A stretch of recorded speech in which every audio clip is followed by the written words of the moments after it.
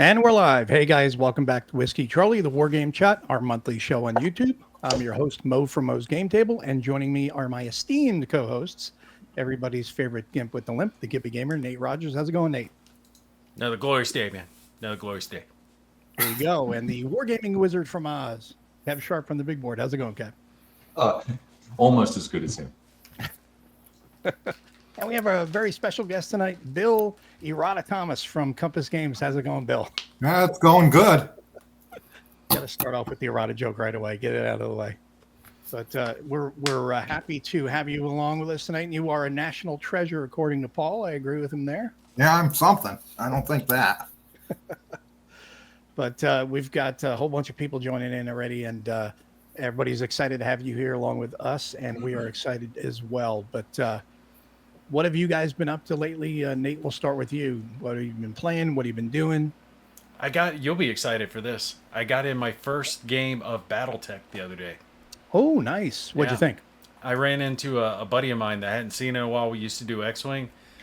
And we got to talking. He was still going to the game store. I'm like, well, what are you playing? X-Wing is dead now. And he's like, oh, we got into BattleTech. We're playing Alpha Strike. And I'm like, I got them. They're painted. They're ready to go. So he was all excited about that. So I went and met up with him, got my first game in. I got crushed because I didn't understand some of the tactics. He took a small, fast one with 2 health, jammed it up my ass, and just started blowing all my stuff away. So That's your favorite place. yeah, I love that. it didn't work too well, but I've got something that I'm working on. Hold on, I'll show you. Uh-oh. I made my own. Let's see if it'll show up here. Nice. Very It's cool. 4 times the size. There you go. I call it the Redemption Mech. Uh-oh. Who did we Where'd lose? Kev- Bye, Kev.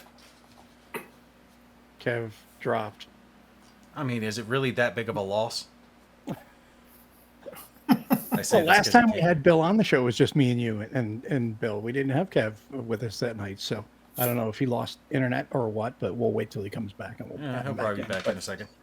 So you like the Alpha Strike rules? Nice and fast playing? They're quick. I mean, a hell of a lot quicker than you would, think the regular BattleTech. I mean, there's a lot going on there. Individual weapons firing and all the different armor points.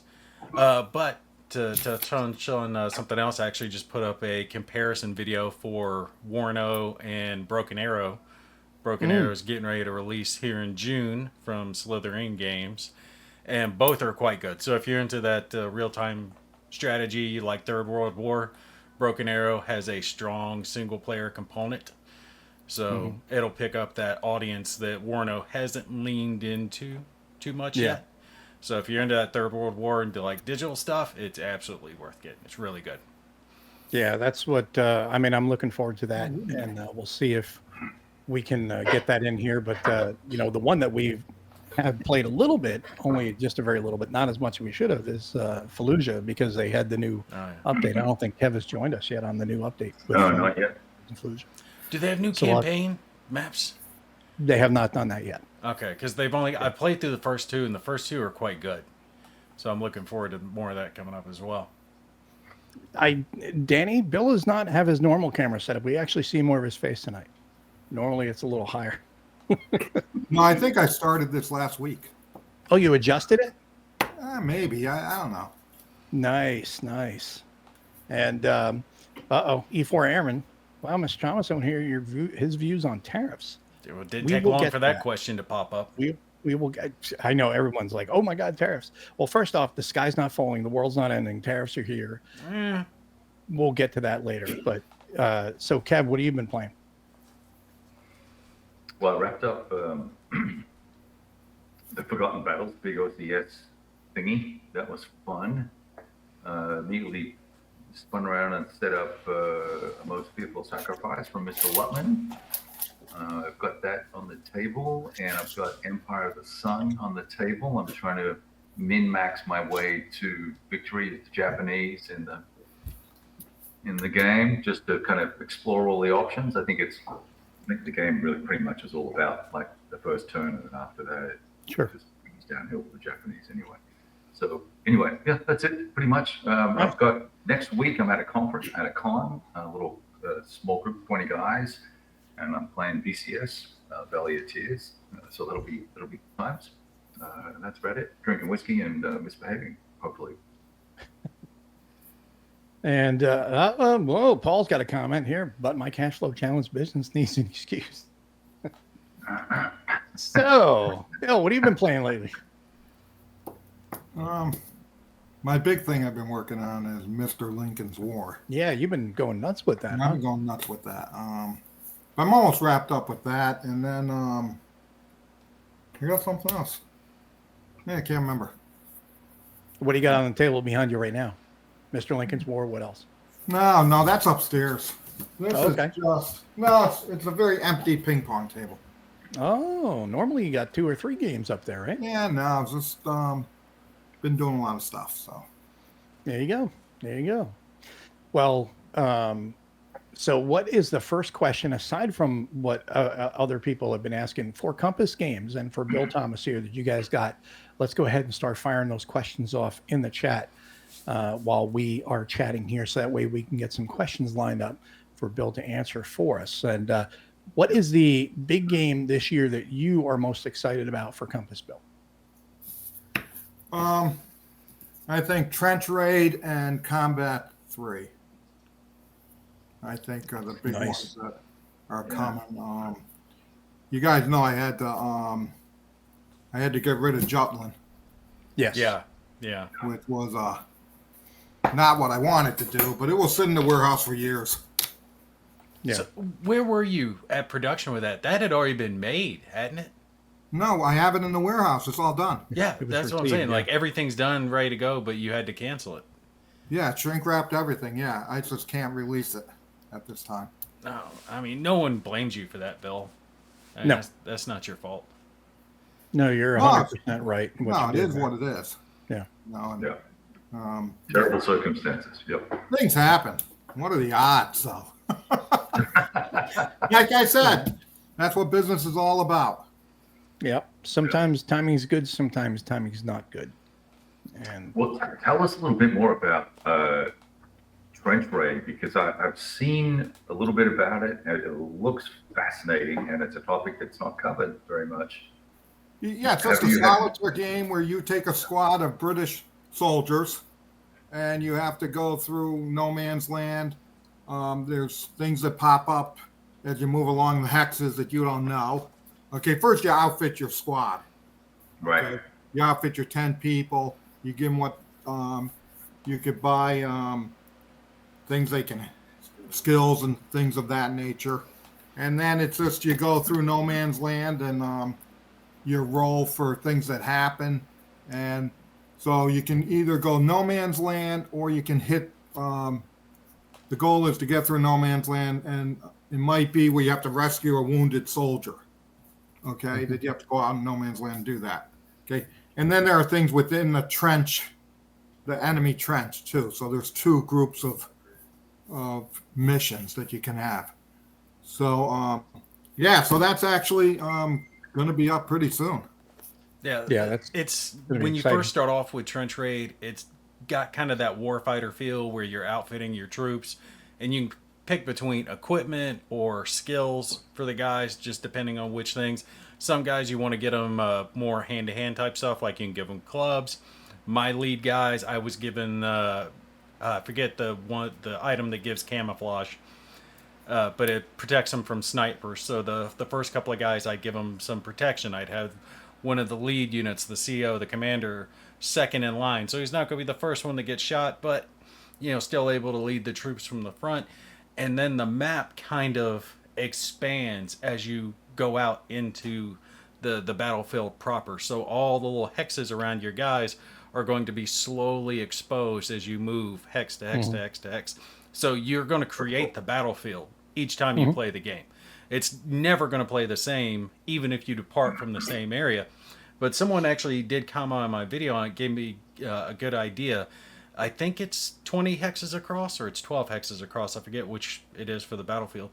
But you could, if you wanted to, instead of having a static deploy point, roll a die and have that be your departure point each time you were starting off. If you wanted to add a little more variability to it. But it's already got a large amount of randomness. It'll never play the same no matter what. You're always going to be outfit your guys differently, take different things, run into different stuff. Although the souvenir rule I found kind of irritating. The guys find a battlefield souvenir, so they drop equipment and pick up the souvenir instead. I'm like, no, don't drop that. I gave you that specifically. What are you doing? Keep your body armor. Yeah. But the game changes up because the enemy trench is at the far end, and there's multiple layers of that trench. So not every mission is going to take you into the enemy trench. Some you're just going to go into no man's land. And then some you are going to have to approach enemy trench, and that's where you're going to run into the stuff where you need, hand-to-hand skills and whatnot. And it's all a system of checks. So depending on whether you're getting shot at or whether you're getting hand-to-hand, throwing grenades, each of your guys, depending on their specialty, is going to have better checks. Some guys are going to be better at hand-to-hand. Some guys are going to be better at shooting. So you want to have like a nice mixture, so you're able to survive whatever you encounter as you go out. And you can customize depending on the mission. I thought the game was quite good. Really good components, enough counters to cover for all the different varieties of battlefields that you're going to come up with. So I don't think you're ever going to have a situation where you run into running out of counters to symbolize something on the board. No, Trench Raid is great. I loved it. It sounds like that game could very, very easily be adjusted slightly, and you knock it down from 10 man down to 1 man, and you turned it into a tunnel rat game in Vietnam. Well, no, she actually turned that over to us. The tunnel rat game? Yeah. Nice. Because you could just very easily just knock it down to 1, have multiple skills, just go in there with a 45, a flashlight, and a knife, and boom. And then you have to deal with not only running into VC and stuff like that, but then, running into two-step snakes, things like that, traps. It could be a really tense and eerie trip through that. Yeah, but with one guy, you're one bad roll, one sniper away from. Well, you adjust it where you don't get those. Maybe you have saves. mitigation ways to mitigate it. Yeah. Get some saves. Yeah. Yep. Because that's the thing. That job was incredibly dangerous. That's why it was not a lot of people wanted to do that. It was a high risk job going down into those tunnels. But so Trench Raid sounds really cool. What else you got aside from that that you're real excited about this year? We got Combat 3. And Combat 3, yeah. So let's talk about that a little bit. What's got you the most excited about Combat 3, aside from the fact that Combat now is going from 1 and 2, and it's going to expand out to multiple titles. Yeah, this one takes it to Arnhem and Operation Market Garden. And then we got Combat 4 that's actually at the printers, which is Eastern Front. We got Combat SEAL Team coming up. We got Combat Pacific, Sicily. So we've got a lot of combat stuff. Well, which ones are going to be standalone? Because 2 was an add-on. They're all standalones. So 2 is the only one that requires the previous game, and the rest are going to be standalone? Correct. Yes. Yeah. Okay. Roger that. Are there plans to do something for any of the others where you create a campaign system from the same thing as what's in Volume 2? No, and the Pacific will, but it's going to be all in the same game. Okay, so it'll all be built in. Yeah, there won't be another. Yeah. Separate expansion. Okay, cool. Christoph is asking, does Combat 3 have a big mission where all maps come together?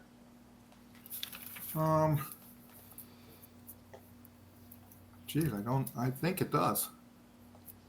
Nice. I can't remember. So. A lot of table space, a lot of time on that. E4 Airmen, Combat Vietnam. No, we've talked about that. That would be cool. I could see Combat Fallujah too. That would be cool. So what were you saying, Kev? What did you had a comment or something? No, I was just saying that'd be super interesting to see seals and some modern stuff, but and that it will be a very large box if it's all in one, right? So yes. Yeah.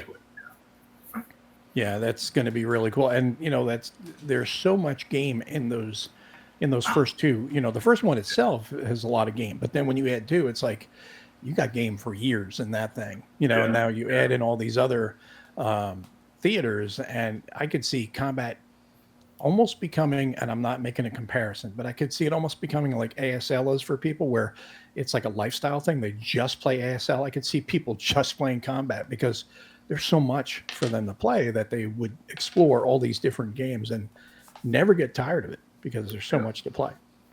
Well, there's And not then a whole AI lot of combat was fun. man-to-man options when it comes No. to World War II games. You got what? Ambush and combat.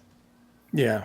And then what is that? That one at Columbia did, wasn't that also I don't know the Columbia one. infantry? The infantry one they did? Combat infantry, no, I think that's squads. Combat infantry, is that squads or is that man to man? Yeah, squads. I moved it on. But I don't know if it was solitaire. It wasn't And it wasn't solitaire. solitaire. No, it was head to head, but I couldn't remember if it was man to man or if it was squads. Yeah. But You got to go all the way back to the SPI days, right? Patrol and soldier and heretic.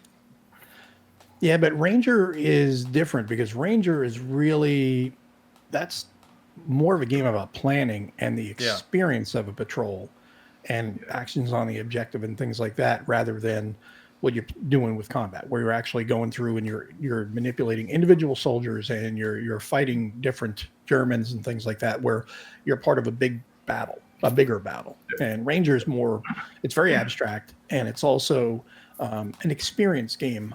As I mean, not to take anything away from it, but it's more of an experience game where you have all those paragraphs that you read through, and it creates a really cool narrative. And of course, you have to think through your plan and how you're moving and what you're going to do and stuff. But I don't know. I like the combat system, the way the impulses worked in it. How it had 4 impulses each time. The enemy was going to have different actions depending on the different contact levels. If you played it well, you could try to do it kind of like a stealth mission, kind of like Tom Clancy. See if you could sneak in, take a few guys out before you alert the rest of them. Yeah, that one so well. I mean, after the rules were updated a little bit, but yes, love combat. and that combat's also going to have, they're going to have series rules. Bill? Yes. Yeah, so they'll have a series rules, that way it'll be Yeah, standardized for them. Combat 3 is just an offshoot of Combat 1 and 2. Okay, going to the Eastern Front, it's a whole new series rulebook that will continue on with the system. Yeah, because you're going to have different types of terrain that you'll be fighting in, especially if you get into Stalingrad, things like that, with sewers and all.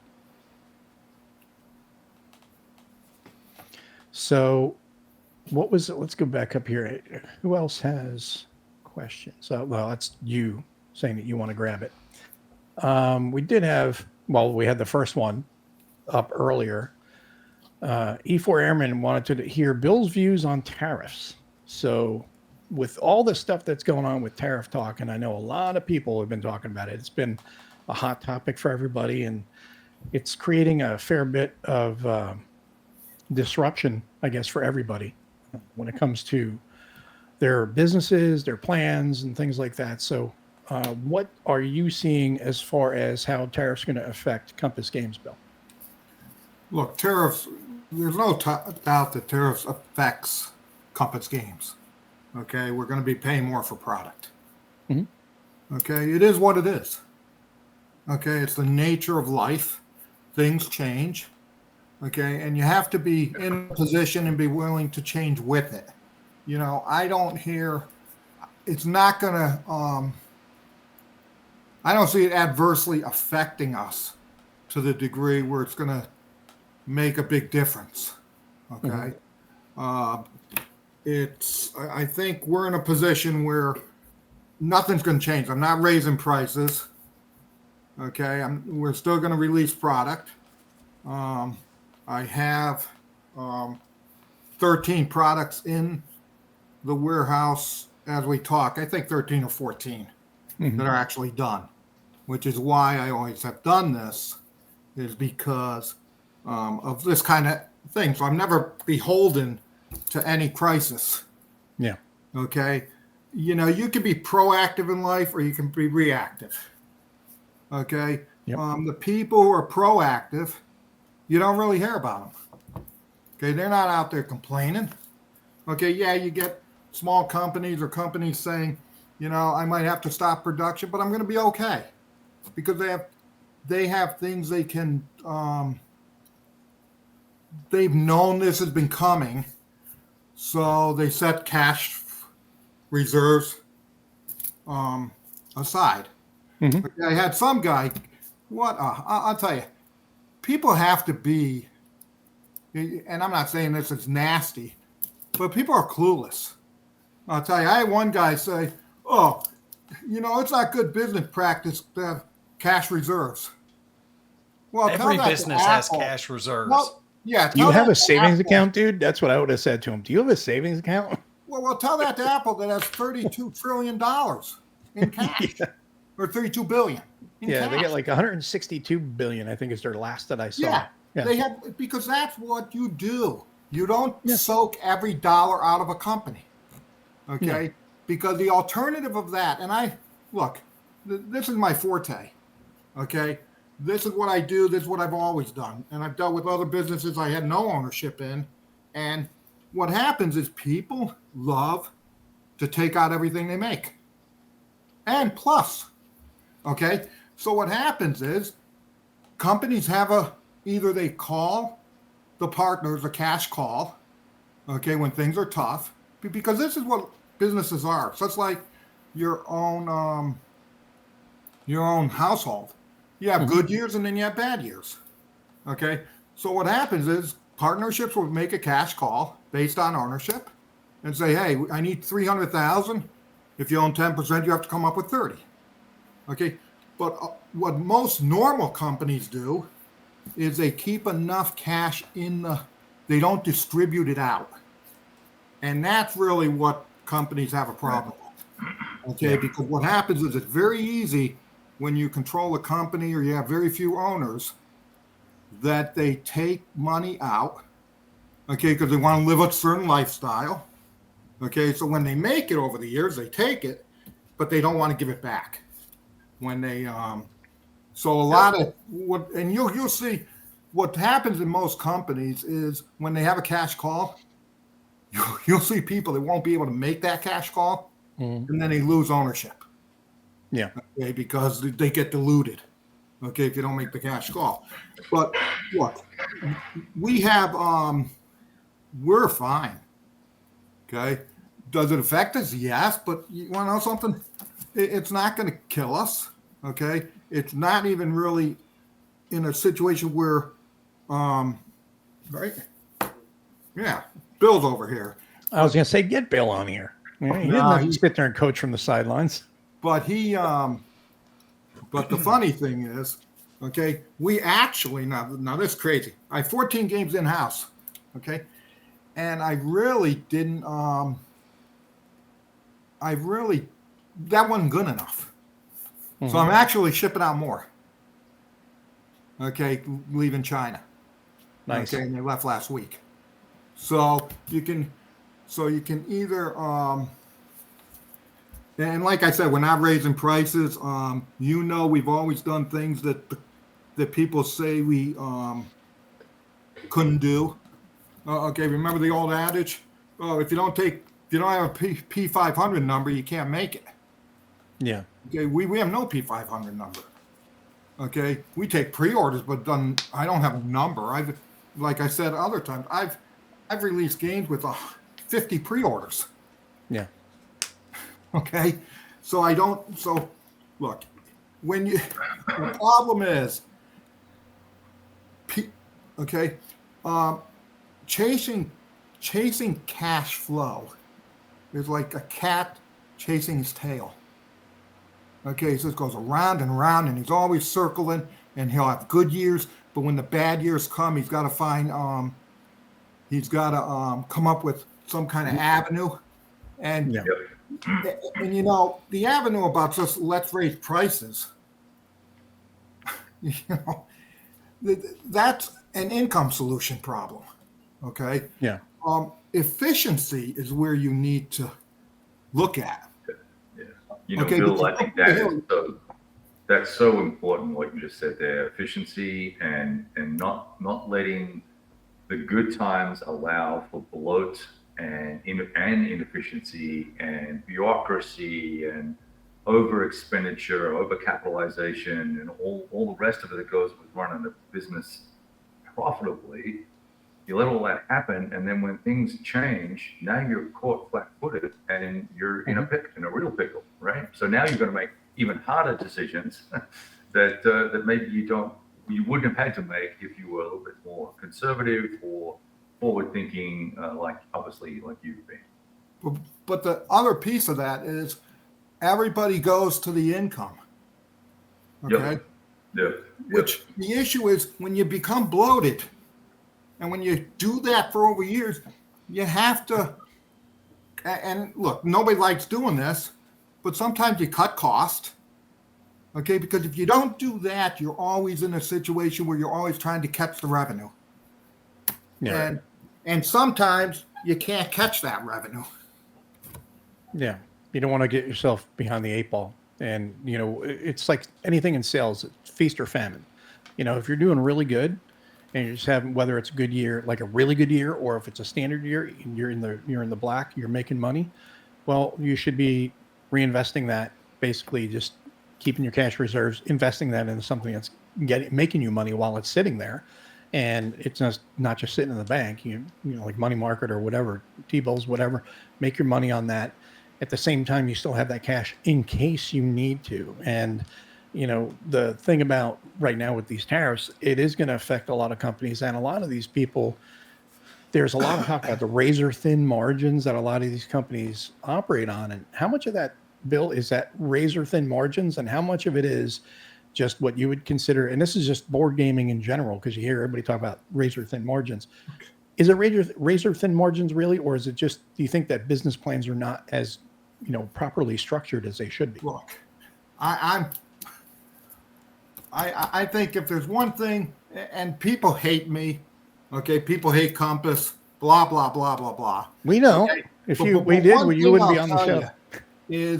I'll be honest with you.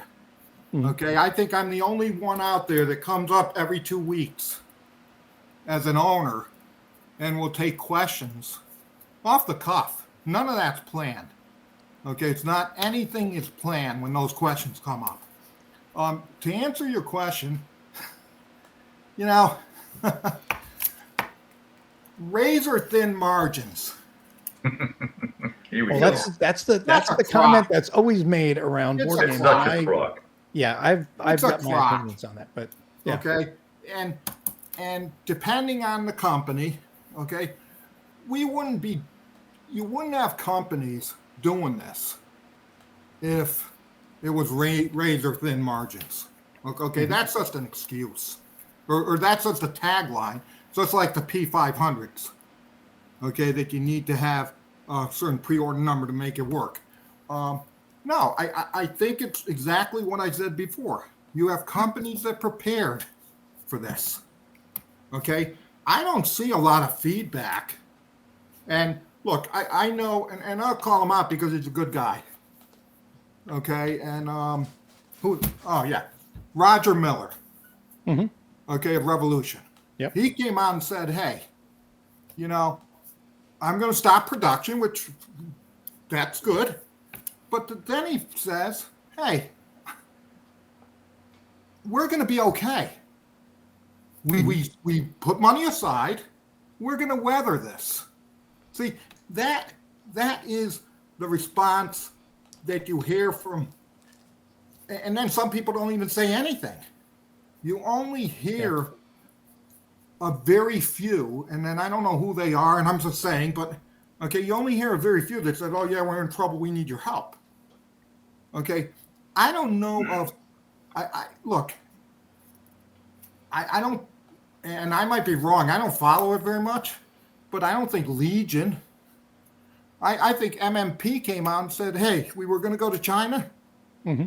We're not. We have this game. We're going to," and that was it, because everybody has some kind of cushion to work with. And I'm not saying, look, I'm not saying anything about any other company. I'm just saying that this is what I see. I see a lot of yapping and crying. Businesses run through a lot of issues. And with any I always find when there's adversity in a sector of business, okay. Yeah, I don't think it's a rant. See, I take rant as honesty. Okay, I'll rant to me is like it's my truth, and you might not agree with it, or you might not care to listen, but it's not a rant. It's my truth, and that's what I get, and that's what I get excited about, because I get excited about my truth. But no, look, I think every business is going to be hit at some point. Yes. Am I going to take a hit to the bottom line? Of course I am. But that's okay, because Well, Bill, it's interesting. So you've got 14 games in the warehouse, right? They're plus or minus, whatever I think you yes, said. So you've got 2 years, arguably, unless you release them faster. You've got 2 years worth of product that you can release at no cost increase to you. And I know you're bringing other stuff in Yes. and printing, but you're selling those. They're generating money for you. So Yep. you're really in a fantastic position from that perspective.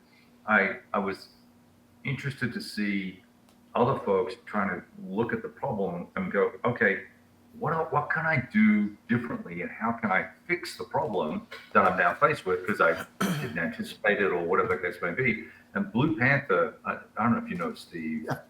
Yeah. Okay, so he came up with, hey, let's get a consortium together and try and put some kit on the ground here in the US and do high quality games like they do in China here.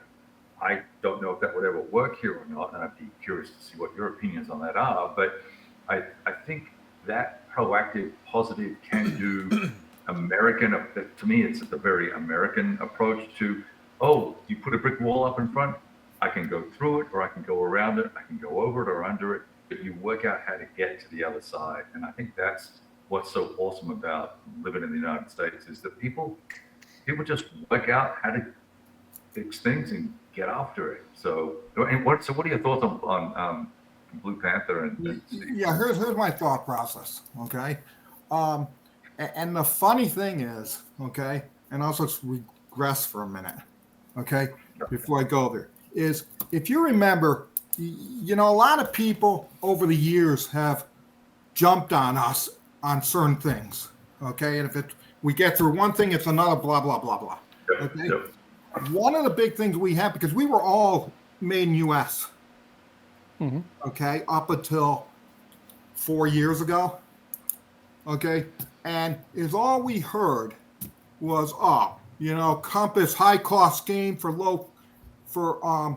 high cost game with, and they would always compare us not to other companies our size. They would always compare us to GMT. Oh, look at GMT's stuff, blah, blah, blah. Okay. You can't, so the market drove us to China. Now, let me just go with China. Okay.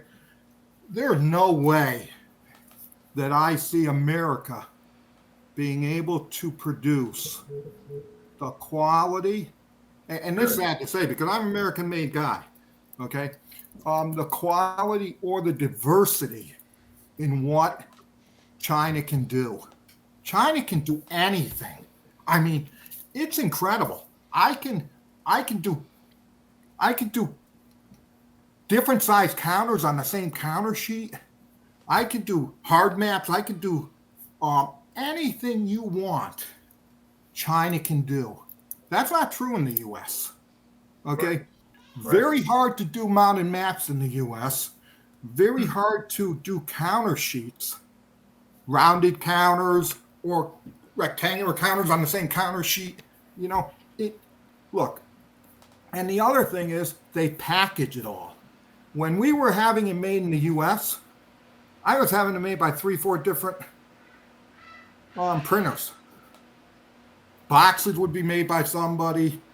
It wasn't one-stop shopping. Okay?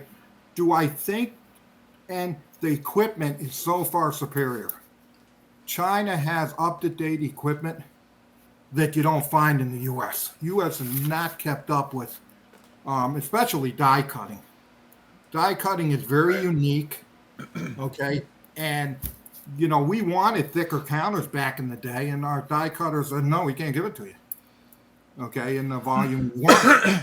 So do I think somewhere down the line, see, here's what I think. I think this is all going to go away. And when I mean it's going to go away is I think we're always going to have tariffs with China, because I don't think you have two big bullies on the block, okay? And they both think they're big and they're going to bat it around, but it might go down to 40, 50% tariffs, okay? I don't think it's going to stay at 145. I could be wrong and it'd be 1,000 tomorrow, knowing how this goes. But my point is, I don't see, there are certain industries, and here's why people are always like all over this tariff stuff.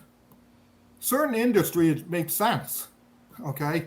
And remember, it's hurting me as a business, but I think tariffs are needed, okay? I think there are businesses like steel, car manufacturing, things that people can do in America, okay? There are stuff that we don't do, and we don't even have the people to do it. Okay, right. or the so I think that's all going to go by the wayside. I think we're always going to have tariffs. Okay, I don't think it's going to be 145%.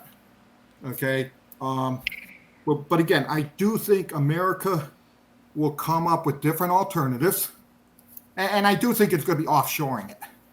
Mm-hmm. I don't think it's coming back to America. To another country. Right, to another country somewhere. It might be Vietnam or somewhere like that. Vietnam or some other country. I think they're going to offshore it. And then, which here's something very funny that people don't know. Okay, people always say, well, yeah, America, what are you doing this for? The EU. Here, this is interesting. When I send to my distributors in the EU, okay, if it comes from the United States, they get the VAT tax on them. Mm-hmm. Okay, everything that comes over. If I label that it's from China, it's a free pass. They don't pay tax on China. Yeah. So the EU won't accept games from America, okay, without a VAT tax. But if it comes from China, there's no VAT tax. So trade is unfair, and they need to do something about it. Okay, but like I said, I think they will come up with. I think there'll be some outgrowth where like Blue Panther might be able to do something. Okay, I don't think you're going to get a group of publishers together. Right. Because I'll tell you, I'd never go. I'll tell you, be honest. Okay, I'd never go into business with any of them. As a consortium or not, I'll go it alone, because businesses, I say, are like marriages. Most of them end in divorce after a year or two. Okay, and I don't see. I see he's got a good idea. I just don't see it in the long run. But good for him. And maybe, go ahead. Sorry. No, good for him for thinking of it, and he'll get. And I hope it works for him. Well, that's a good thing about things like this is it creates innovation, and at least innovation comes from ideas like Steve's doing here, throwing out ideas and trying to dream up different things, and eventually maybe something comes from that. That's how you innovate. That's how you start maybe getting more manufacturing here, because we've been offshoring it for years, and we've gotten very used to cheap stuff because China makes it all. And that's why China's so diverse and has such a wide capabilities. They didn't used to, but now they do. We got sold out for decades, and we lost the large manufacturing base. Yeah. I agree with Blue Panther on the fact that so many are out there, the sky's falling, oh my God, we can't do this, we can't do this, we can't do. It's like, why can't we? Right? We're America. We're capable of anything. It shouldn't be cheaper to make something using, poor workers who are not treated well all the way across the world and then shipped over here than to get Bob up the street to make it for us. we can't do it right now, but that doesn't mean that we can't do it tomorrow. Put some effort into it, and people need to look at this as an opportunity to try something new rather than going with the same old. Look for opportunities rather than just crying that the sky is falling. You know? But what tariffs will do, okay, is, I don't think the sky's falling at all. Okay, this is just look. If things happen in your life, everybody has it in their personal life. This is just business, and you have to take care of it. But the interesting thing is, the problem is, what happens is, okay, if China would import more from us, okay, that would raise their standard of living. Okay, because now they're getting more products that they want to buy. So you see, that's why China closes them off, because just like if you remember when the wall went down in Russia, my God, the stuff they imported was all westernized things, jeans, everything. So I think tariffs are good both ways. Okay, but there are some things America can never produce. Okay, and when you look at our unemployment rate, it's 4.2% or whatever that is. That's almost considered full employment in the United States. Okay, because of how the numbers work and stuff like that. So where are you going to get all these people? Who are going to do all these jobs? Yeah. Okay, that you're moving back. I understand the issue about steel. I understand the issue about cars, because cars might work at 60% efficiency right now. Or not efficiency, but they could take another 40%, sell more cars. I think medical supplies is a given. Medical supplies we should be doing in America. Military? Okay. Yeah, military. But there are certain things. Look, we grew up in a thing where everything came from Japan. Yeah. Remember when the toys used to come from Japan? Yeah, made in Japan, made in Hong Kong. Everything. When I was growing up, and God knows that's a long time ago. Okay, everything. They had was toys back then, Bill? What? They had toys back then, Bill? Yeah, the little carved wood ones. Yeah, we did. We have wooden toys. We had to carve with a Bowie knife. Sticks. The Bowie But knife. Out there whittling on the front porch. yeah. So I think I think tariffs are good for the country. I think there's a way to. I don't know if it's being done, but who the hell am I? I'm nobody. I'm just somebody in Connecticut. I got one question real quick. Go ahead. Because I've seen some people who are raising their costs, and they're raising their costs Prices.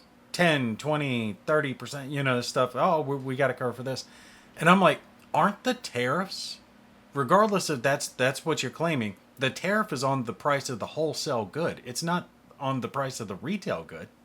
On the production cost. Yeah, so production whatever it costs, costs to produce. And I'm not asking your production costs, but your production cost is not 10% of the retail. So when they're raising their retail price 10, 20%, they're raising that far more than what the tariff is. Am I not correct? No, you are incorrect. What am I wrong on? Well, okay, because let's take an example. Okay, if my retail price is $69, okay, and its cost when I have my production cost, I'm increasing that by 145%. Okay, because that's what the tariff is. So it's probably 10, maybe 20, maybe even 30% paid for that increase on the retail. So if I have, let's say I have a $69 game, and I raise that 20%, what is that? $13? Yeah, 12, 13 bucks. Yeah. $13. Okay. Now let's say that game cost me let's just say it cost me $20 to produce. Okay. Before the tariffs. Now it's costing me 35? Now it's costing me 35. So it's increased $15. And so 20-30% is probably what it needs to be to cover the whole tariff cost. Okay, fair enough. If they want to keep their margins the same, and if their profit Yes. margins are industry standard and all the rest of it, but if they're not industry standard because they have inefficient practices and don't know what they're doing, or maybe Correct. just fat and happy, then their margins aren't going to be as high. So then this 30% price increase is really just maintaining status quo, and they're still chasing that money, right? Correct. Whereas I was talking to I was told not to say the name of the company, so I was talking to a European company that make beautiful games, and they retail them for 100, 120, whatever the number is. Given the scale of the volume that they're at, they're paying somewhere between $6 and $8 a game to have it manufactured, and it's a beautiful game. And he said, I can eat that cost. We can eat the cost, even if it's cost me $12 or $15 to make the game instead of $6. I'm selling for $120. So it's and if I go look at my efficiencies in area A, B, and C, I can carve off 15 points, and we're almost back to where we started. So I'm not going to raise prices, and so I think it's people like that I want to jump on the bandwagon and be supportive of, versus the sky is falling crowd where people are saying, "Oh, go buy a gift voucher and don't buy anything from the company." Oh, what fucking planet are you from? I mean, Jesus. They're insane. Yeah. My God, they said that on. Yeah, I take that back. They're not insane. They're like groupies, I guess. Yeah. Yeah. Well, some of these companies have already closed down, right? I saw Boardlandia, and there's a few others. Yeah, there's a bunch of companies that have run into trouble already. Yeah. And I think you're right, Bill, that these people were effectively living paycheck to paycheck. Correct. They were pulling it all out, and it's like you shouldn't crumble at the very first sign of trouble, right? You should be able to weather a low in the market without it collapsing your business market. Goodness gracious. And I sit there and I think about Mythic Games and the huge amount of mistakes that they made, where they had too high a salary, they had too many people, and then they were using Kickstarter B to pay for Kickstarter A, and then they just kept the chain going.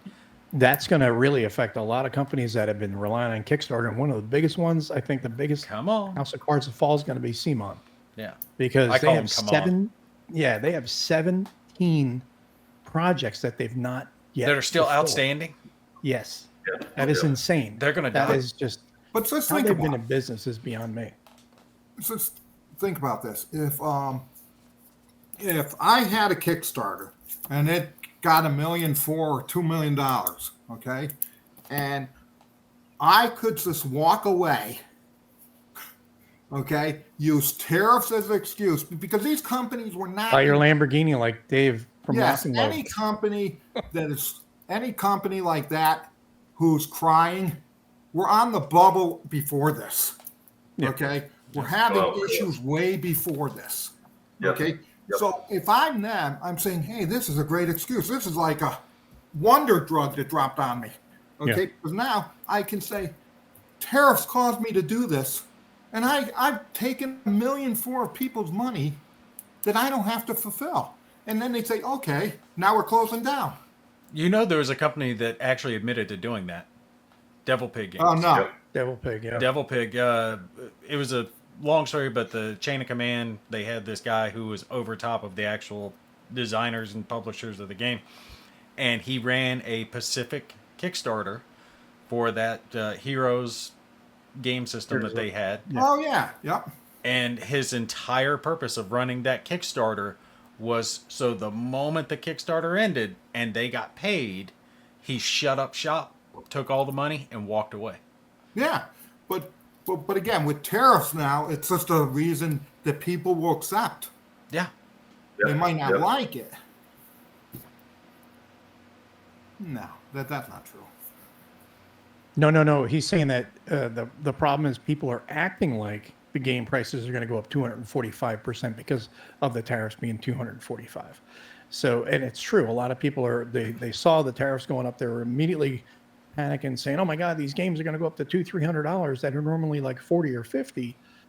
some people were, not all, but some people were panicking, thinking they were going to quadruple in price and go up like massive amounts of money because they weren't understanding what the tariffs were all about. I mean, to be fair though, Misinformation. we really shouldn't be buying a whole lot of stuff from China anyway. They've been saying they're going to go to war with us eventually, so let's stop dumping a bunch of money in their economy.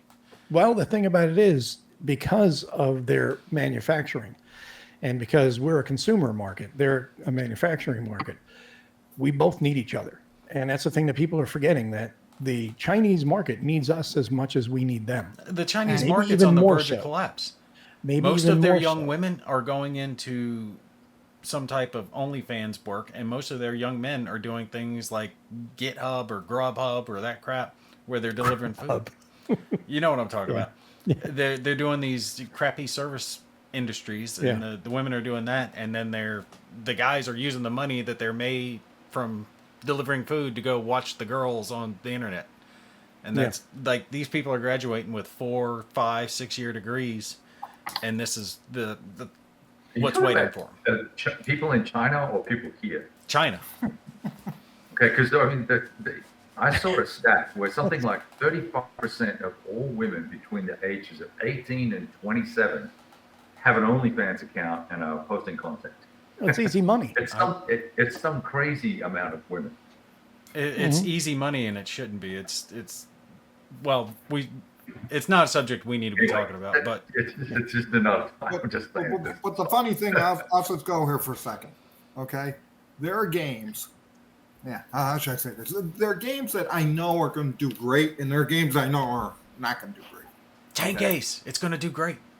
So the issue about me, and I'll just go here because you came up with a good point, because I got 3 or 4 games that I wanted to pay for China at the 145 to come over because they're good games. Right. Okay, and they're going to sell well. Okay, because what happens is we have games that are mediocre sellers, and I know that because they're not great topics, whatever. Okay, and then we got ones that are going to be home runs. So within that year and a half or whatever it is, and it's really, we release probably 1.5 games a month. Okay, and I don't know. Last year we released almost 18 boxed war games, which, again, I don't think anybody, and I don't think GMT, and these are not reprints. And let me be honest, reprints of our game, when we do 2nd edition, 3rd edition, I'm not counting those. I'm saying they're new games. Okay, and we do about 18 of those a year. Okay, and we have never missed a month since 2020.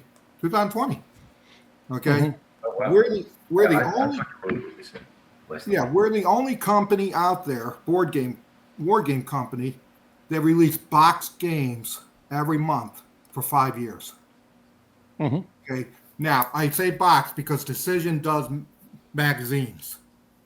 Okay, and they do the, and then I hear, well, that's all you do is reprint games. So some guy came on, well, what kind of new direction in gaming encompass? They only reprint games. Okay, we do reprints from GDW and those, but I'd say 85% of all our games are new games. Yeah. Okay, and those are new games to us too because we never published them in the first place. Right. Okay, like Korean War and stuff like that. But I don't think there's anybody out there that publishes more games per year. And then people say, well, why are you sitting on inventory? Or why are you sitting on those games? Okay, I'll tell you why. 1 is you don't want to saturate the market. 2 is that, remember, I'm not chasing cash. I'm not going after my tail. Okay, so when they come off, I paid for them. Okay, where other companies when they come to port, they have to send them all out because they got to collect the pre-order money. Yeah. Okay, to pay the bill. Okay, that's why you have companies that just dump the games probably 30 days within port. But the other thing that people don't understand is that if I did that 4 times a year, distribution is only coming to me 4 times a year. I'll get some other stragglers, but every time I release a game and send it out to distribution, they're always picking up old games. Okay, so when I release, I get 12 times turnover in old games instead of 4.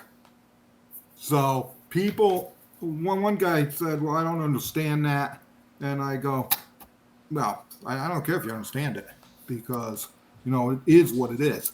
And remember, I hardly ever sell games for retail price, and people don't understand that either. Okay, Right. distribution is probably 50, anywhere from a 50% to 45% discount. I give, 55 to 50. So they're paying me 50% or 45% of retail. So pre-orders are where you make money, because that may be 15 to 20% off. But Right. half my print runs go to distribution, where I'm only getting 50% or 45% of retail, and I have to pay for shipping most of the time. And see, you know what? You're right there, because I've never felt like with Compass the way I felt with other companies. Because other companies, I have felt like, damn, I should have waited. Because if I waited, I could have bought it from Miniature Market for 30% off. But if I had pre-order something from Compass, I'm usually right in the ballpark of what I could have got it from somewhere else. Yep. So Sure. there's no reason for me not to support the company directly, because I'm getting a good deal right here. Okay, I'm happy. But there are other companies that they sell their games, and I'm buying it directly from them, and I'm paying $90, and then I find it, well, I could have ordered it from Miniature Market and got it for $65 or $70.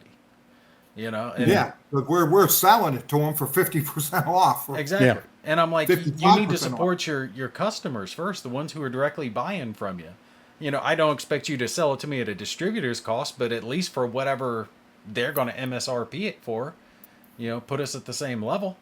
And I'll put the It money ends up- directly it in your ends up pocket. working out. Yeah. So I think people don't understand that point of this, that distribution takes a lot. Well, the other thing too, being we were talking about reprints, there is one reprint that you're still trying to get to see how much more support it's going to get, and that would be the Korean War reprint. And there's also going to be an update kit for the people who have the existing Korean War games. Yes. So how Ah. many So have we that's got for that so far? Has that been doing good? Tell us Yeah, about that. we're going to do it. Yeah, has it been? It's just going to be a very limited print run. Yeah, What- I mean, has it been what's good the- support so far? What? Yes, Has we there did. been? There's Yeah. been good support on it so far. And what Kev was going to ask? Go ahead, Kev. I was going to ask, what I had not seen this. So what is the update for? What's the update? Because I have a copy. Yeah, what happened was, okay, now remember, this goes back years, okay, when, Yeah, sure. Yeah. it was too big. Right. I've learned, I've had, we've changed our philosophy a little bit. Okay, everybody wanted big counters, big maps. Okay, and my thing is, if there's not a lot of stuff on the counters, okay, not a lot of information, go with 1/2 inch. Okay, so remember that Korean map was 4 maps. The original one was 2. So what we're doing is and it was one of my favorite games, so I want the 2 map part. Okay, so we're doing we're reprinting limited copies of. It's going to be a mountain map, 2 maps, and 1/2 inch counters, and you can buy an update kit for like $40, which will give you the 2 maps and 3 counter sheets. Sweet. Okay. Now this is the third thing I've ordered. I knew you were going to be excited about that because. Yeah, no, I'm excited Yeah. because I liked the game, but I didn't like I wasn't a fan of the 4 mapper thing. Yeah, it was a little too big. It's good And to there be. wasn't enough count.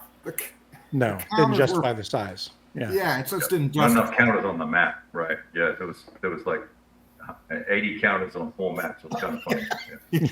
No, I know. Too much. Yeah. But so we're doing that. No, I think, look, the sky isn't falling. Okay. And so there are games like Combat 4, games like Battle Hymn 2 we finally got done. Okay, finally, after 7 years. Okay. Those are all games that if it's 145% tariff, doesn't matter because I'm going to get them. And those will be out before all those 14, there'll be games that come out before that. Mhm. Okay, so so I'm not always, it's just a judgment call. But see, the point is, it's my judgment call. Yeah. See, that's the beauty of being proactive. This is all my decisions. Okay, not the tariffs, not okay. I can make that decision, and if I want to take a loss on those games, or not take a loss, but pay more for them, Mhm. okay, that's my decision. I'm not being forced into any decision. Okay, it's just the way it is. Where other companies, I don't understand how. Okay, and I have to say it here because it's so ridiculous. I don't understand how. Okay, whether is the issue about when our games have errata. Okay. Here we go, Undeveloped fellas. games. Here comes the rant. Undeveloped game. No, I got to tell you this because I have to do this because it's just ridiculous. But it shows that there is a Bias. okay, it's undeveloped games. Okay, when there's errata from us, when other people have errata, and I don't need to mention the name. Oh, that's okay. Okay. And then to be happy to pay for a sheet of errata counters. It's just so mind-boggling to me. You guys are the only ones that have ever sent me components to a game that I bought from you that you updated. Compass is the only company. I think Decision sends errata counters because I've gotten them over the years. I But you gotta don't ask have as for many 'em. decision You gotta games. ask for 'em. Yeah, Yeah. you gotta ask for them, Bill. And here's the thing: I got counters in the mail from you guys in an envelope, and I was like, "What the hell is this?" And I opened it, and I was like, "Oh, I didn't ask. I didn't even ask open for up the game yet, and here the game sent me three I counters. haven't even pulled the shrink." Yeah, so I love that, right? And so the two games that I have been blown away with by you were the Last Gamble, right? Just amazing quality, number one, and great rule book. Game plays well. It's the first hard-ends game I've ever played, Battle of Bulge game I ever played, where I felt like both sides had an equal system to work in. It wasn't sort of hamstrung thing. And then What about Enemy Action Ardennes? You didn't think they were balanced? And you know, I don't like pulling just to resolve my tactical combat. And that's you're right. baiting me. And speaking of which, numbnuts, you're the guy that has to have all the funky colored dice. So don't talk to me about pulling chits. Anyway, Bill. So I'm complimenting you on. I've seen because over the years of buying your games, the quality's gone up, the errata's gone down, and I'm not blowing smoke up your ass because I've called you guys out when I haven't liked stuff, right? But the last handful of games I've played have been freaking awesome. So it's and I just ordered 3 more games, so thanks for that. We're not having him on again, by the way. Well, the other thing too is how many games do you get from Compass, and this is for the audience as well, where you have errata already in the box because In the something was box, found. And you know what? Just before you have to search for it, here's a couple of things. No, you're forgetting. Bill doesn't count that as errata. That's what I was saying. I know. Errata. If I found it before the game ever, not freaking errata. I'm telling you. Bill, I tried to tell you when you went on your famous rant. If it's in the box I was like that, trying to get him to go. Errata is a catch-all term. It's just, hey, this is an update to the rules. We're just going to call it errata. It's not that's hate crazy. I Bill am crazy. thing. I get what you mean about. I was trying to poke the bear and get him to go. Here's what happened. You got it. Here's what happened. Okay. Compass Games came in 2004, and we were part time. It was a hobby. It was a hobby all the way up to probably 2017. Okay, and look, some were good games. Some were, I think, some could have been better. Okay, we'll put it at that. Okay, then all of a sudden, Compass really started existing in 2018, 19. Okay, is when we started ramping up, and like everything else, okay, you need to everything when you're new. Okay, it takes time to get everything in place. Okay, we do things. I'm telling you. Okay, yeah. Some of the things. Okay, I think I've talked to Bill. We talked years ago. Okay, some of the complaints. Okay, were valid. Okay, I knew they were. Okay, things were missed. We didn't do the best we could have done. Okay, and my whole issue was, yeah, I knew it, and I think that's why I got upset about it off camera, not on camera. But what were you saying off? Never mind. no, we did the best we could do with what we had. Okay, but I agree that we made mistakes, and it used to, right, Bill? Did it not? Yeah. When it happened, it would ruin my days. Yeah. Okay, I dwell on it. Okay, because that's what you do. You have to internalize things. My whole issue was, okay, the stinking double standards. Okay, that exist in the hobby. Yeah, I screwed up on some stuff. No, you can.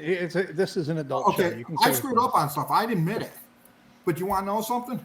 So doesn't everybody else. But everybody was calling us out. Okay, You want to know something? Yeah. There are trolls out there that are, people are crazy.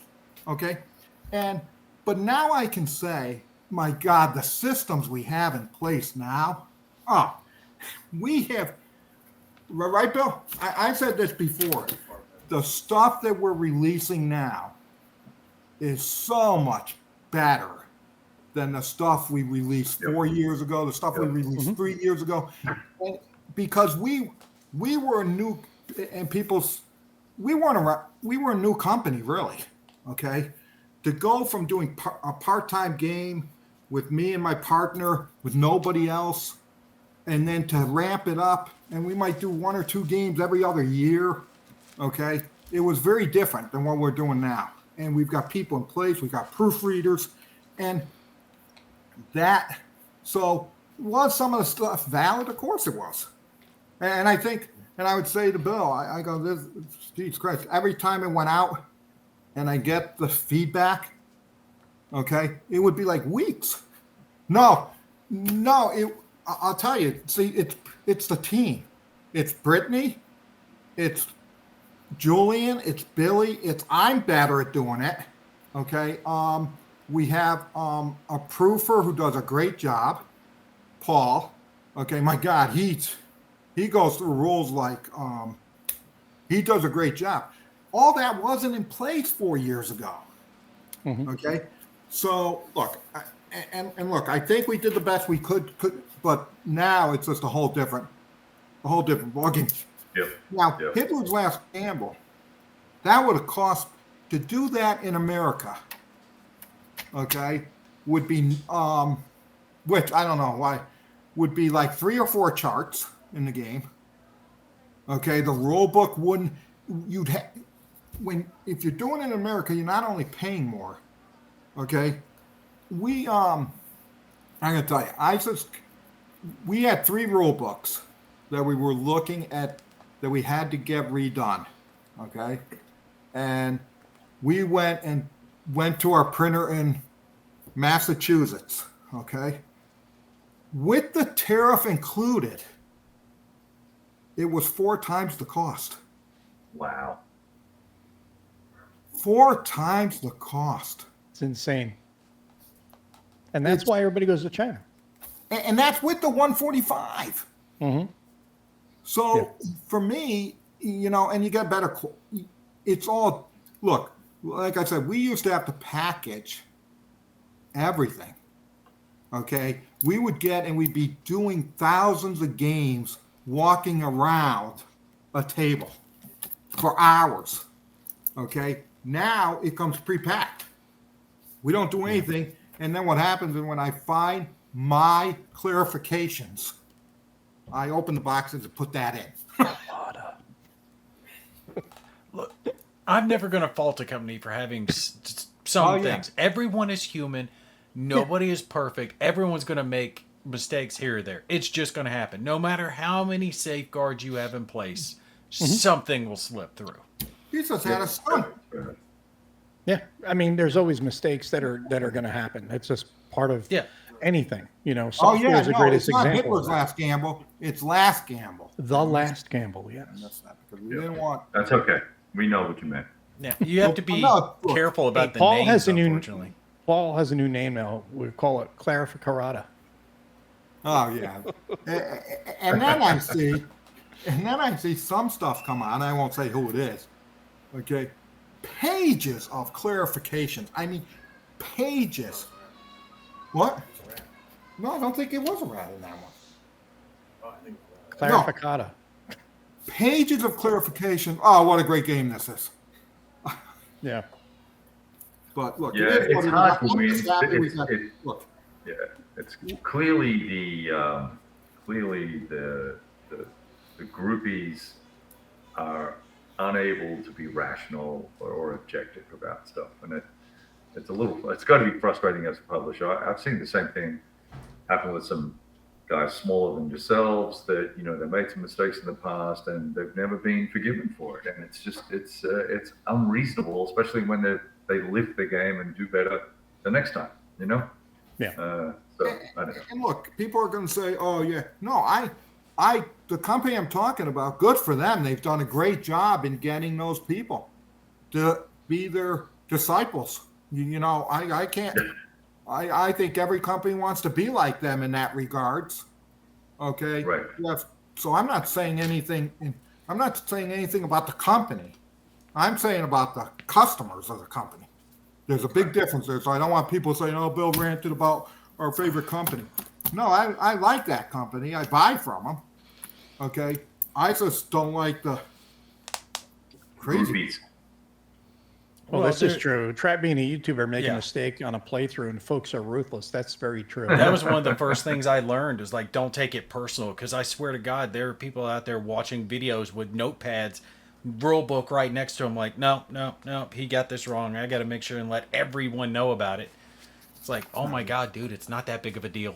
Well, the thing about it is, usually the people that are the most picky are the ones that don't do any content at all. Yeah. They don't understand the effort behind it. So it's easy Let for them alone to pick. play the game, right? Actually, Well, play that the too, game. yeah. Like, forgive me, I'm playing the game, filming the game, worrying about the sound and the lighting, and then I have to do all my own editing. So I can't be 100% focused on what I'm, doing right here. Sorry, I, made that one thing, moved it 2 hexes too far. It's the end of the world for you. Yeah. It's like, well, you know what? Mistakes happen. It's just part of the thing. And you know what? By you looking at the rules and catching the mistake I made during a video or whatever, either way, you still learn the game. So it's good. It's still a service for free 99. So, okay. Now we've talked already around the reprint for Korean War and the 2 games that you're really excited about this year. What else you got going this year? I know we have Expo in May and there's Expo also in November. You want to talk a little bit about that, Bill? Yeah, no, we look, and we've talked about it. Okay, Expo takes about shuts down the business in essence. Okay, for 3 or 4 days. Okay, we always have the discussion, so we still do the spring, and I think that's what we always talk about because the turnout in the spring is lower than. Okay, but then my thing is, okay, we meet the customers, okay, and Billy and all the people at the Compass, Brittany, Julian, get to interact with all these old people, when they're like in their 30s, low 30s. All these old people. Yeah. So so yeah, that's going good. It's never where we want it in the spring. Okay, but then Bill said the spring is actually better because it's a lot less Cold? crowded, and you have Yeah. more time to interact with customers. Where True. the fall is pretty hectic at times. Yeah, no, that is true. In the fall, it does get more packed, but you still have that first couple of days, Wednesday, Thursday, where it's kind of still low key. Friday, it starts ramping up. By Saturday is way packed, and that where you get around to hang around with everybody. You and Billy make the tour of the expo hall and sit down and chat with everybody for a bit, and that can be tough too because there's also all the different seminars that are going on at the same time and everything. So there's a lot going on. Yeah, Burning Banners. We're looking at the expansions being worked on, and it's going to be Yeah, a I was just gonna play. ask. You don't need to own the first one to play the second one. Okay, Nice. so it's a standalone. It's just different factions and a couple different maps. Okay. Are and you can guys put it sold together out on right. that? Which one? Burning Banners. I've got a copy, but I was just curious. If Oh, it's sold Burning out. Banners has gone through 3 print runs in a year. No kidding. Mhm.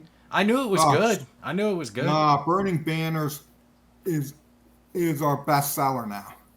That's awesome. I'm not surprised. It's That's it's a amazing. damn good game. Yeah. Yeah, Any that of y'all was, who don't have it need to get it. It's quite good. Yeah,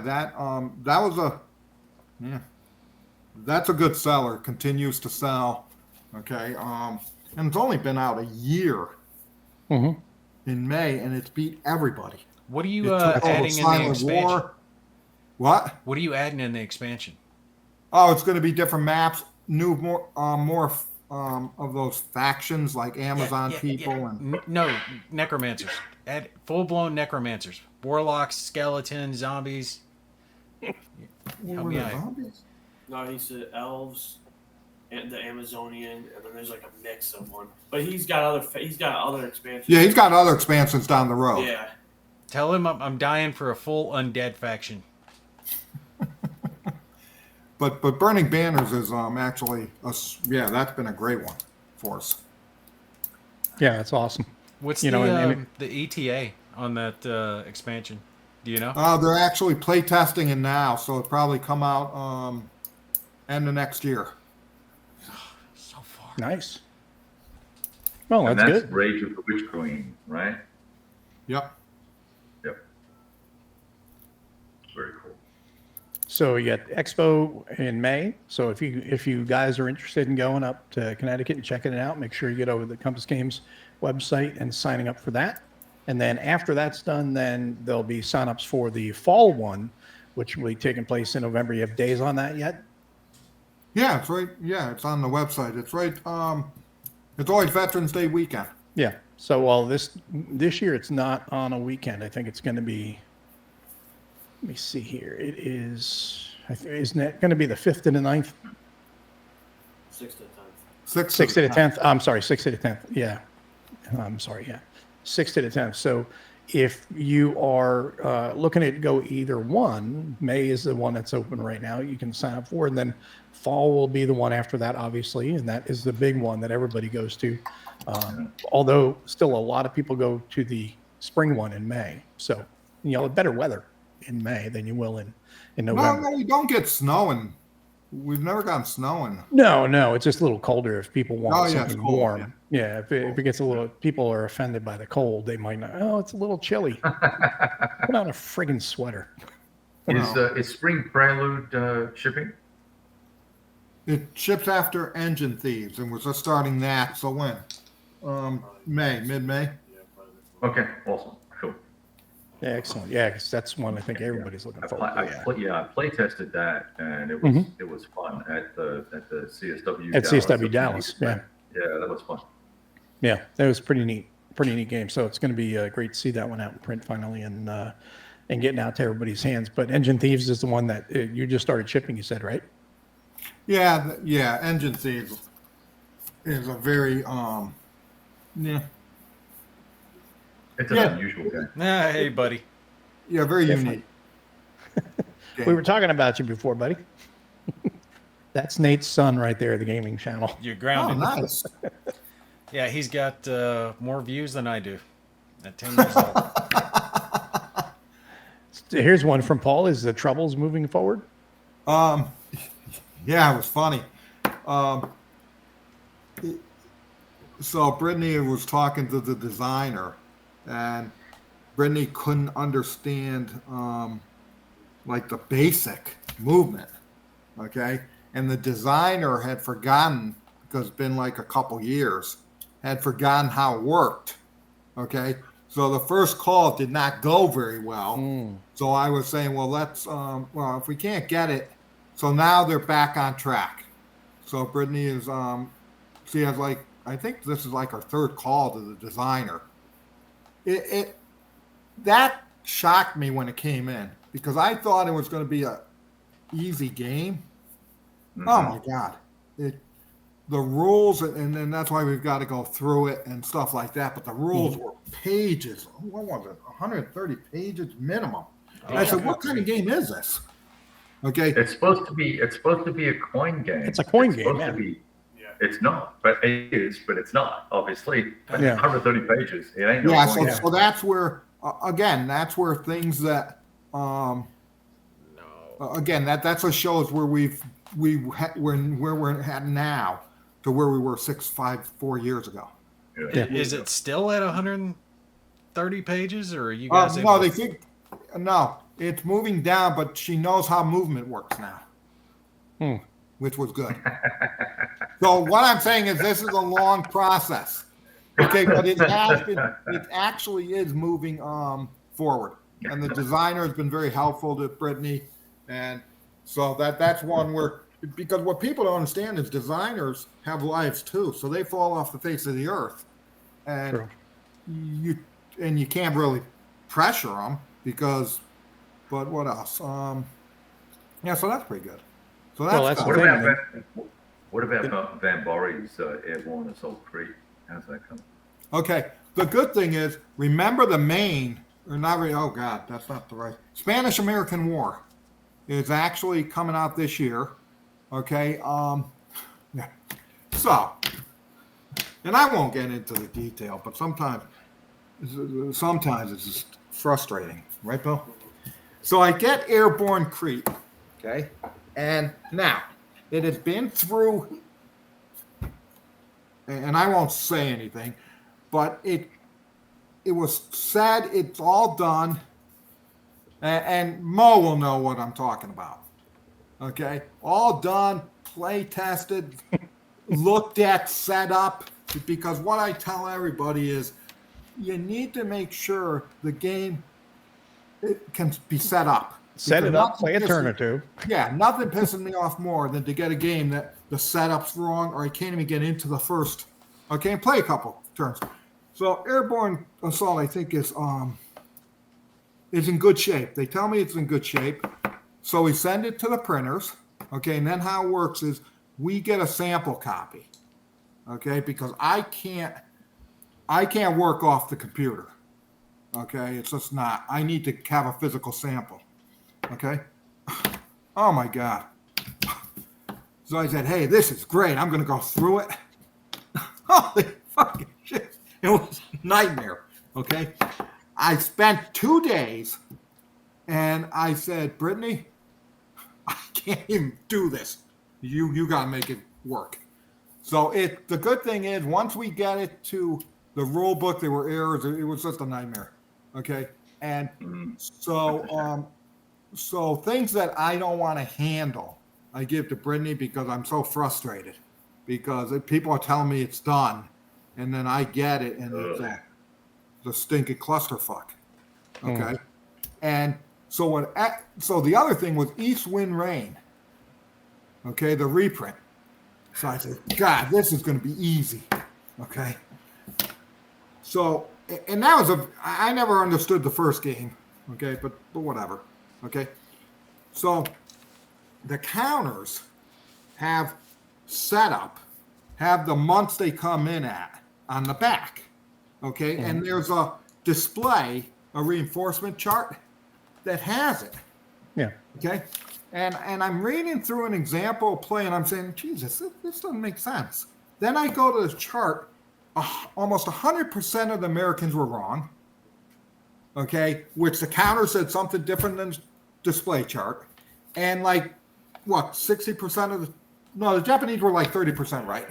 Okay. So when I saw, and then half the map is missing. But it's ready to go. The land piece is gone.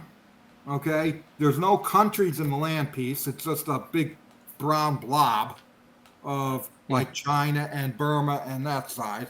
Okay. So I said, so that's another one that went to Brittany, but not all of them do. Okay. Because some I take care of because I like it. But so it's a process. And then other games come in that are very good. So it depends on who the project manager is, I guess, is the key there. Yeah. Well, the good thing, as you said, with all the changes that have happened with Compass, you know, the tagline of New Directions in Gaming seems like everything is pointed forward in a really strong way. So that's always good things, all the progress that's been made over the past several years and improvements in the process as well as the product. You learn from your mistakes. Yeah. Yeah. That's the big, that's definitely the big thing. Sounds like it's ready to print. Not. So true. Well, you have any other last words of wisdom for us, Bill, before we close out the show tonight? No, I don't think I do. I just want to say that, look, okay, people are going to do what they do and spin this some ridiculous half-ass way, okay? This is not about a specific game company, okay? So I'm never said their name and I won't say their name, okay? Because it's not about that. It's just my way of how I run a business and how tariffs are, we're going to be okay. We'll make it work. And that's just what it is. And I think there's a lot of hype. And I don't know why. Well, I do know why, but that's from my internal thoughts and not for public. Because don't believe everything you read. You're muted, Mo. Oh, he moved. Sorry about that. You Yeah, muted no, him. I was muted. You should have muted that last. No, I was muted because I was mute. So in case I would have wanted you to mute me. No, always remember, be careful what people tell you. And because there's a lot of, like, the razor thin margins are a joke. Yeah. Okay. And then that's why companies like Decision has been here for many years. All these companies, Revolution, and I'm sure when you get the Euros, my God, they sell a lot of games. Yeah. Well, that's usually where the razor thin margin conversation comes in.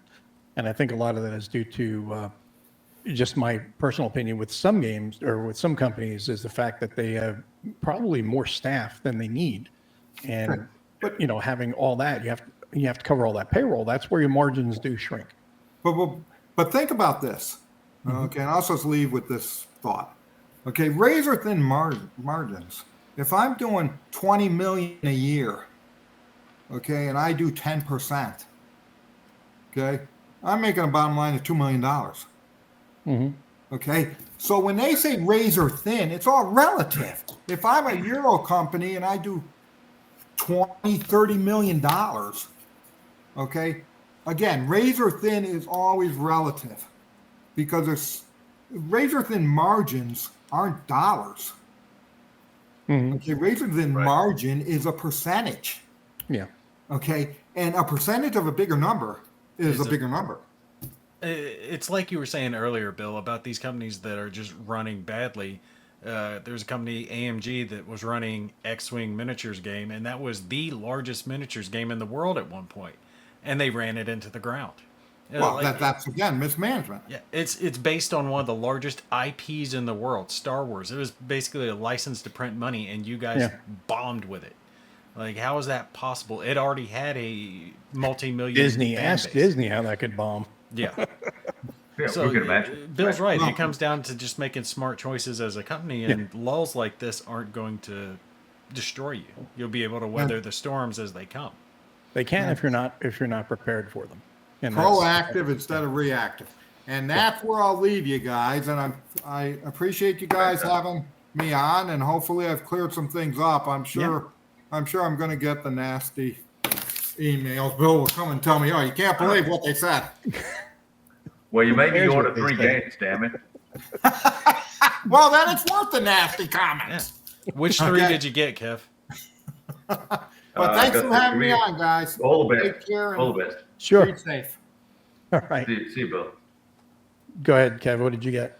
No, I was going to say I picked up the Korean expansion. Oh, the Korea. The World War I trench game, and I finally convinced myself to take a second chance on our friend with Fifth Corps, the 130-page rulebook guy, whatever his name is. Aaron Armour. Yeah, Aaron. I keep debating getting Get it. Still Scored a Wolves. perfectly good game. It's a good game. Second edition of Still Wolves, because I've got the Steel first Wolves? edition, Mhm. and I'm like, is it new enough? Like, did they change enough to make it worth getting the second edition or not? You know? Yeah, I don't know. I was curious about that game, but I'm just not a sub guy, so I'm not sure I'm that excited about it. I don't want to. It's a lot of money drop. I've got all the combat stuff in the hopper as well. So combat is a lot of fun. The AI, I think, got better in the sort of as it went along as well. So that's cool. One of my all-time Hey, Shane. favorite games is Silent Victory. So I like the sub games when I first started the Yep. hobby. Yep. Yeah. Yep. Yeah, those I love dumb sub games too, programs. but I prefer computer sub games. Although I do like board war games, sub games as well. Right, But right. I just love the whole stealth aspect of submarine warfare. I just think that is so cool. you know? Speaking of I like which, sub sandwiches. not as much to do with subs, but they'll add that in later. Task Yes, Force he is, Admiral Christoph. is freaking phenomenal.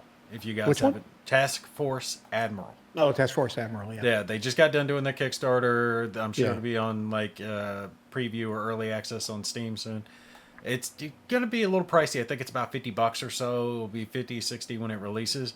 But it is a very accurate game when it comes to Pacific warfare with managing your carriers, all the different Yeah. aircraft, going on patrols, finding the enemy ships, sending out and you've got to plot it. And that's something I totally messed up. I just gave up on some of my squadrons, like send them out to find the enemy, and they'll go, but they're going to plan to meet you back at, a different point. And then I got attacked, so I had to veer away. And I was like, well, I can maybe get back. And then at one point I was like, nah, I'll just let them die and I'll just launch another attack. We're gonna have to all get that game, and then we're gonna make a scenario called Gimpy's Lost Squadrons. Yeah. And you're just gonna see them flying out like way in the Pacific. They're almost to like. Have you seen it? Mexico. Have you seen it yet? Yeah, I've seen it. I've just not played it. Oh, But you I've gotta- seen that it was out. Yeah. You I've got to not try played it out, man. It's intense. It's a really good game. If you like Nice. Pacific Warfare stuff, it's really, really good. And they're going to just Very keep adding more and more to it. But the one we definitely have to get back to is we gotta play some 6 Days of Fallujah. Well, I'm going to be getting on some Mech Warrior here in a little bit. Nice. Mercenaries. That's been my jam. There you go. Kev, what do you got coming?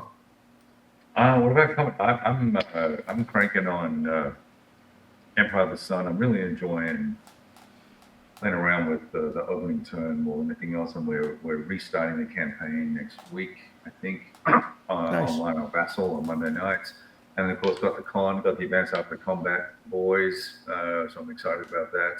I just noticed, I tried to post in the comments, I tried to say that my nephew was going to nuke school, and it wouldn't let me post that. That must be like some nasty word we're not allowed to say on YouTube or something. You can't use the word nuke now. He's in sub school, so that seemed to work instead. Nice. Anyway, that's all I have. Very cool. You ever notice the titles of your videos will get smacked by YouTube because of the name of the game? Yeah. You know, I use acronyms. I don't care if you can't work it out. It's not my problem. Well, I'll put the full name of the game because I want people to be able to search for the game. But then it's like, Hitler's Third Reich. Hitler's drive on Stalingrad. Bam. Limited access. It's like Yeah. I've got most of them. I'll send them a message like, "Hey, this is about a board game," and they'll unflag it. But they almost all get flagged right off the bat. Yeah. Yeah, they do. I've never had a title flag. I usually only have flags for like content, like for music and stuff like that. So, Yeah, music they hit you on pretty quick. So I don't know like what's going on, but shorts from Kev have been popping up in my feed like constantly all of a sudden. Kev, what are you doing checking out Kev shorts? I'm scrolling on YouTube and I pop up and I hear Kev's voice. So I'm gonna move these tanks up to A3 and we'll see what happens. And just that slow, methodical way he talks when he's making his video. Shut up. Yeah, like Well, that. I mean, Kev, you did that video recently where you're talking about telling people to just play their games and take a deep breath and, about this whole thing. I agree, and, it's funny though, when you say something like that, and Joe has one that was, they took a whole episode of his playthrough of Plot to Assassinate Hitler. It's like, how stupid is that? Censorship. What are you going to do? Yeah, it's all about just the names. They don't care what it is. Yeah, no, it's true. It hit. Oh, Hitler. Oh, gotta. Now watch. I just said that. We've said that how many times in the show? It's going to get flagged. They're going to deny the show. Stuka Ace is pretty good. So, there you go. So, all right. Like, I'd rather watch Kev with shorts than without them. That's true. But yeah, they are. Danny's saying that they're really good. Keep them going. Yeah, cool. That's cool. And thanks, Danny. Glad you enjoyed the show. And just curious, what do you do to make the shorts? Do you just snip like a piece of a bigger video and just call it a short? No, I think you can record 2 minutes, or after you've done a certain number. So it's 1 minute to start, and then after you've done a certain number, I've noticed it's a little bit longer. I just record. I think about something very specific I want to talk about very briefly. I watch it. When you press the button, I watch the timer on my camera, and just try and wrap it up in that. And it might take a couple of takes, but it's 1 minute, so I'll do another. Oh, so it doesn't automatically upload? Like you get a chance to edit it, or you can choose to upload it as a short, and you can also, if you record a video, you can reduce it to a short, which then you're just way too high. I'm not doing that. So. Well, it's just if I'm just doing it straight from the camera, then I've got none of my editing in there, so there's no reverb reduction, noise reduction, hum reduction, any of that stuff. I clean the sound. But for a short, it's really not that big of a deal. Yeah, all those things that I don't do. Yes. Yeah, all that professional stuff. Yeah, because look, it's so professional. Your room looks more professional Me and than my mine. phone, my man. That's it. That's all I got. Yeah. And that's the thing. I mean, when it comes to videos, I'm the same way. It's like, when you're shooting a video, it's like, I can't just shoot it and upload it. It just feels dirty. It just I got does. over it. You get used to doing it. Oh yeah, you just get used to doing the process stuff, and then but when you look at it, you're like, it's just as fine. There's no need to, for a short, I don't think you need to worry about the polish as much. Just get to the message and be done with it. I've done some walking down the street. There's a couple that I walk down the street talking about going to go buy coffee or beer or whatever. Let's go get some games. Go roll dice. Yeah. If I see something that pumps my thoughts. Anyway. I'm rather proud of my polish. The one that I just put up, I had 2 videos running, and then like my audio, over top of that. So I had Warno on one side, I got Broken Arrow on the other. Examples of both games going with little tiny knee down there in the center. Blah blah blah. This is why you should buy. This one. This one. To me, that was neat. It's higher level editing. No, that's cool. That's very cool, dude. That's very cool. That's impressive. Even for you. Well, the good thing is with video games, you can, I think they're a lot easier to shoot just a video game. Oh my God, they're so much easier. Yeah. Because no pieces to move, no cameras. Well, there's cameras set up, but just for me, not for the table. and I can just hit screen record and I'm done. The only thing there is just making sure I've got the right audio set up. Because I probably need to do a couple more of those Gunner Heat PCs because I have to start playing that again. Is that worth It's one getting? that I think so. I loved it. You know, I thought it was a lot of What's fun. that? Which game? it's Gunner a tank Heat game. PC. It's a tank. It's a light tank simulation. So it's Okay. Cool. not, you know, everything's with the mouse and keyboard. So it's not like super difficult or anything, but tactics are valid. Controlling your platoon is accurate. All those things are for what it does. I think it's actually a pretty good light sim, recreation of being a part of a tank, team. And I think that part is really cool. And and especially some of the scenarios. It depends on the scenario too, but the scenarios feel real alive. When you're part of a team that's moving one way and you have to wait for the other team to kick things off and they get into combat and you see them fighting on the other side and you're like, oh, okay, cool. Boom. You got to start moving off towards the objective or something. Nice. It's Nice. pretty neat. It is pretty fun to be part of that. And it's still in development too. So as they keep adding new stuff and new tanks and new different, because the thing about it is like, if you go with the M60, for example, the M60 had the old rabbit ears where you had to crank them in to get your parallax to get your range versus lays and plays with like the M1. You have to do that for each of the different vehicles. Then you have the Soviet vehicles as well that you can fight. So there's a lot of different vehicles that you can jump in, and they have like the German Leopards, and I forget what else they've been adding in there, but they've got a wide assortment of vehicles to jump in and a lot of different scenarios. So it's really cool. Definitely worth getting, I think. I might have to pick So I that do one up have- next time they do a sale. I do have one final request. Uh-huh. I have 5,999 subscribers. Will someone please just go subscribe to my freaking channel so I can have 6,000? Let's see if we can. unsubscribe tomorrow, and I just want to take a screenshot. Dude, And I I can't have be the only one sitting there 2,100 thinking I'm going to go unsub right now. That's what I was going to do. I'm going to unsub. Oh, okay. You should all go unsub, so it's not near, and then I won't be obsessing about it. And by the way, I don't have 1,500 videos. I have 2,100. I spend way too much time recording. It just still says $5.99, so it may not update until like tomorrow or something like that. Oh, you're so horrible. Did you actually go unsub? I wouldn't do that. I to a unsubbed poor just to old sub man. to see if the numbers would change, and it didn't. So No, it's not going to do it that quick. yeah, I mean, I did it like it was all within a span of a second. I unsubbed and resubbed It's all. because I've been subbed to him for a long time. So it's really- just. I think it's going to be cool. Everybody go sub to Kev so we can go over 6K and he can get his screenshot.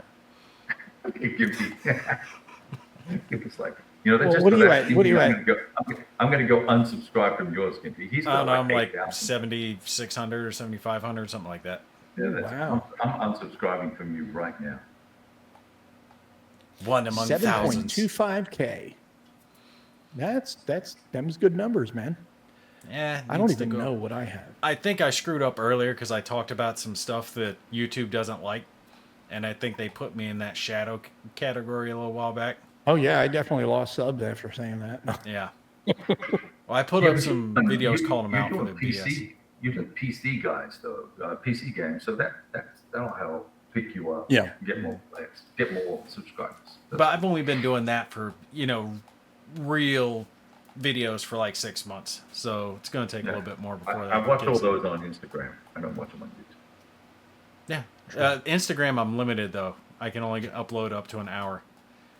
Yeah, I have no interest in listening to you for now. So, but Do an Only Chits channel oh, instead of I OnlyFans. love Only it. Chits. That's a I good love it. name. Damn, I wish I had thought of that. There's this really cool chick that is a chef, and she has a chef channel, but then she does only pans, get it? And so she does all sorts of salacious commentary. She's really, really funny. Anyway, so it's always like, "Oh, you guys hungry?" It's really cheesy, but it's funny. Anyway, I always told Elise that if I could be in her body, making my videos, but doing it from her body, I'd have hundreds of thousands of subscribers. It's like Becca Scott. She doesn't care about video games. People just go to watch her. bounce around in a tight bra. Oh yeah. Shit. If I had, chick body, I would be making use of that thing left, right, and center. So I Paul can't gives blame me those chicks. subs. They get paid. I was If you gonna had say- man boobs with that beard, you could go places too. Yeah, they're not big enough. The Paul Ozempic puts has my been sub working. numbers up. Paul puts my sub numbers up, and it's almost like a respectable earthquake. 4.68 on the Richter scale. Only Well, Rod what doesn't are you at now? About 3,000? No, 4.68, 4,600. You know, that's why I was like, he put my subs up, because when he said that, I was like, oh, okay. And I was like, well, it's almost a respectable earthquake on the Richter scale. And I don't get it because you're so much friendlier than me or Kev are. I just Yeah. don't put out a lot of stuff, number one, and it's been drawing back quite a bit. And I never have chased subs. I just post the stuff Right. up there, and not that you guys do, but what I'm saying is I've just never. It's never Yours been is something before. that I was. I have way more things going on than just this. So, and one of them thankfully just ended. Hockey's over now, so now I can actually have my weekends back and stuff. So, What are you saying? What are you saying? That'll- That we're boring? Because we're one dimension. no. Oh. I'm saying I just have so many other things that I'm going that I just don't have the time. Let me to put say into this before we sign off because Mm-hmm. I don't need to forget. I am doing the giveaway on Assault Sicily 43. It is going to be going up here in just a couple of days. So, last chance to enter. Go to my video titled Fundraiser Giveaway for 2025. And it's the only time. The rest of the giveaways I do for everybody. Once a year, I do a fundraiser where if you donate to the channel, you get entered to win a game. This game this year is Assault Sicily 43, which is quite good. So, if you want a chance to win that, definitely donate within the next couple of days because I'm going to be announcing the winner here soon. Chits and giggles, I like that. And that's another good thing. You do that now. When you do that fundraiser thing, what is that for? For you That's to just get to offset stuff? my costs because I paid $50 a month for my editing program. Then I Yeah. have to buy the lighting. I have to buy new sound equipment. All that stuff just adds up over the course of a Color year. guys. Yeah, I go in the hole Apologize. on all that stuff, and I never get any money back for that. Really. Well, I You don't know, I mean- expect to get it all back, but just help ease the Sure. cost back a little bit because it does add up. Yeah. Oh yeah. That's why I sell my games. Sell some of my games. Mhm. That covers my cost mostly. Yeah, but the only Yeah. ones people want to buy are the ones I don't want to sell. This is true. Just And, about. you know what? That's okay. Blue and GB2 for $745. I Here's could another. sell all those crappy Compass games, but nobody wants to buy them. They're so full of errata. errata and razor thin margins. I'm gonna call anything that's wrong in a game now. I'm gonna call it Bill Rada Bill Rada. Oh, Bill Bill Rada. in honor of Mr. Bill. That's Rada for Harada. It's just funny. That topic is never going to go away, and it's always going to be one that can be reused and beat like a dead horse for content creators. Talk about as errata. It's He never just going to gets go away. so upset about it. Well, he has a point because he's brought it up numerous times, and it's true and you see it yourself when you watch other games out there. There are games that and companies and games that will just get glossed over. Oh yeah, well they have to redo a second edition now because there were so many things wrong with it, or there's they have to get 2 sheets of counters. I mean, things like that do happen. I'm not picking on anybody for making those for making those mistakes. But some companies, they just get a pass, whereas, like, for example, the Battle for Normandy, if that was Compass that put that out, there would be screaming it from the hilltops by some people over that. And How could anybody that who happen? did complain got shouted down. Yes. Because I was watching the thread on that because I almost ordered that and I'm glad I didn't because I would have been Pissed. What was Oh, yeah. wrong with it? Oh, I didn't order that What would stop at what's right? I think couple of the maps were things. Okay. Yeah. Damn, it was that bad? Yeah. Yeah, there were some issues. But the thing is and it's being addressed as it was expected to be addressed. But the thing about it is, to Bill's point, what he's saying is if that was one of his games that was put out, they would have been roasted. Whereas other people, like you said, people were complaining about it and they got shut down. They got shut down. Stop. So, Do you don't- think it's someone gonna would be have fixed. done a review and thrown it in the trash can afterwards? Possible. I mean, I don't know. If you want to get hits, you can do stuff like that. I mean, it's. I'm sorry, I that don't still know. made me chuckle. I know Bill didn't yeah. like it, but it made me Yeah. chuckle. I could see Kev doing something like that. I just burned one of mine. Yeah, I was going to say he burns them. And Yeah, but that was artistic. executes That was dice. artistic. I was trying to go thermonuclear. No one got it. They're all fucking stupid. No, it's true. It Anyway. was true. It was artistic, and then you had executed dice, which I still get a Yes. kick out of. Well, the executed dice was still pretty fun. Yeah, I must admit. It's hilarious. But okay, so that'll be it for tonight. Yeah, We're gonna let's get out of here. I got- sign off I got now. Thanks everybody for tuning in, and we will see you on the next show next month. Have a great night, everybody. Adios.